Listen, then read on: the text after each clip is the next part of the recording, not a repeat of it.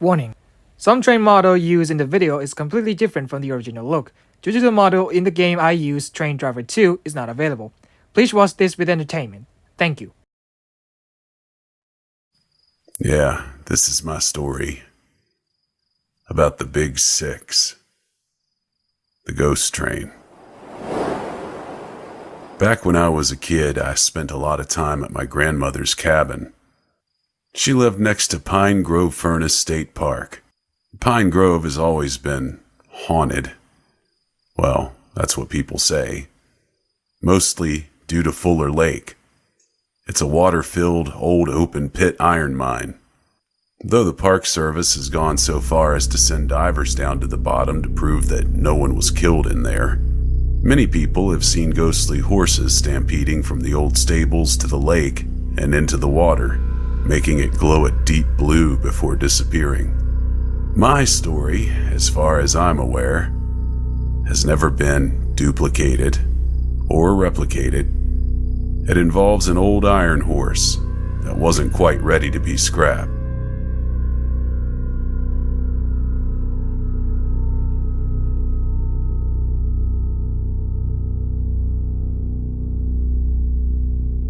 I was walking back along the old rail bed as a kid. It ran from Laurel Lake, which is a man-made lake slightly larger than Fuller, and it was around dusk in June. I did not fear being alone in the woods after dark. I knew the woods and the mountain as well as the back of my hand, just like my father did before me. It had just turned fully dark when I noticed something peculiar. It was silent. Dead silent. People that are from the woods will tell you that it is almost never completely silent.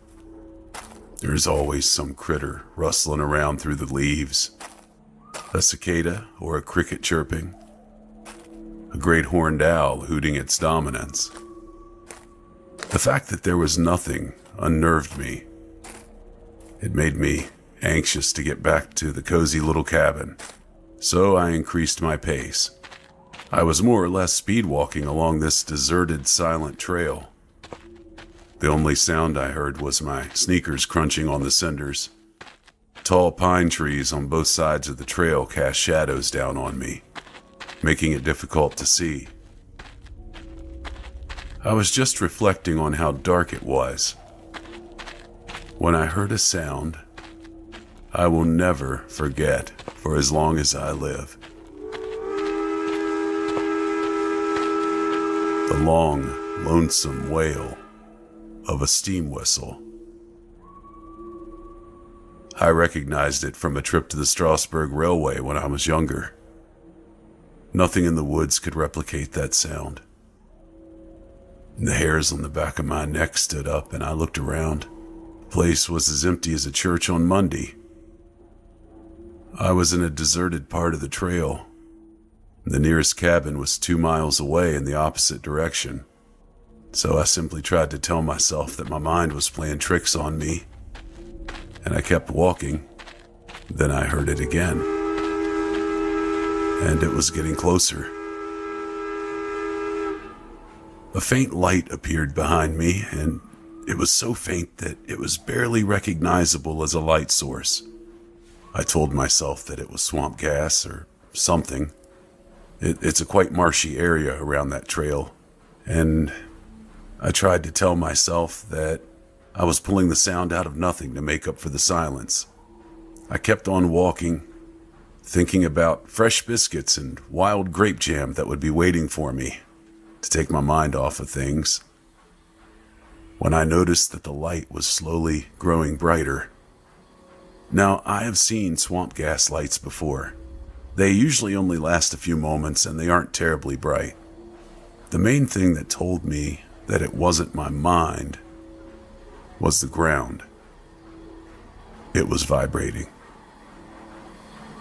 The hairs on the back of my neck stood straight as arrows. Earthquakes weren't unheard of, but it felt and sounded like something heavy pounding the ground rather than a jarring movement of an earthquake. I was so scared. I was thinking about wendigos and other supernatural monsters that lived in the woods. I stepped off the trail and crouched down by a thick pine tree, waiting for whatever it was to go by and let me go on with my business. I became aware of a slow, snorting-like sound, making me again think of a giant 80-foot wendigo that turns people into cannibals with their touch. I also recognized that the light was growing brighter and the rumbling of the ground was slowing down. It came around a long, sweeping curve at a crawl, slowing to a stop in front of me. It was a big six, a 210-2 Baltimore and Ohio operated locomotive.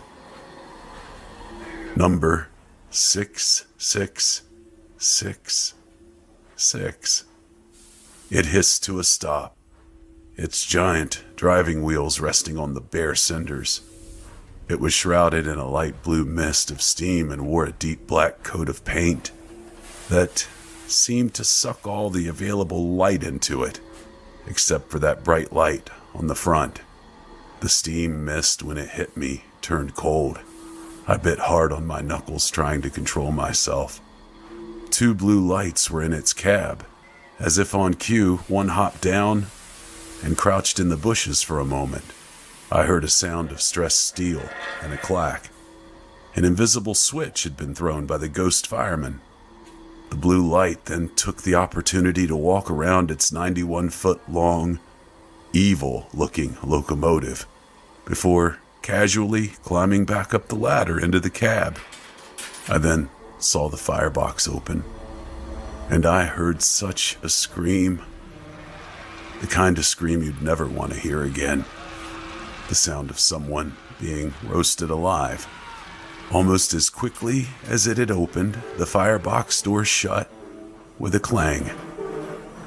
And then a long, soulfully sad song of the whistle came again. That big six puffed a blue cloud of steam up out of its short black smokestack as it rolled away slowly across the invisible switch. And immediately it took a sharp, almost 90-degree turn. Much too sharp for any real locomotive. And it puffed away into the woods.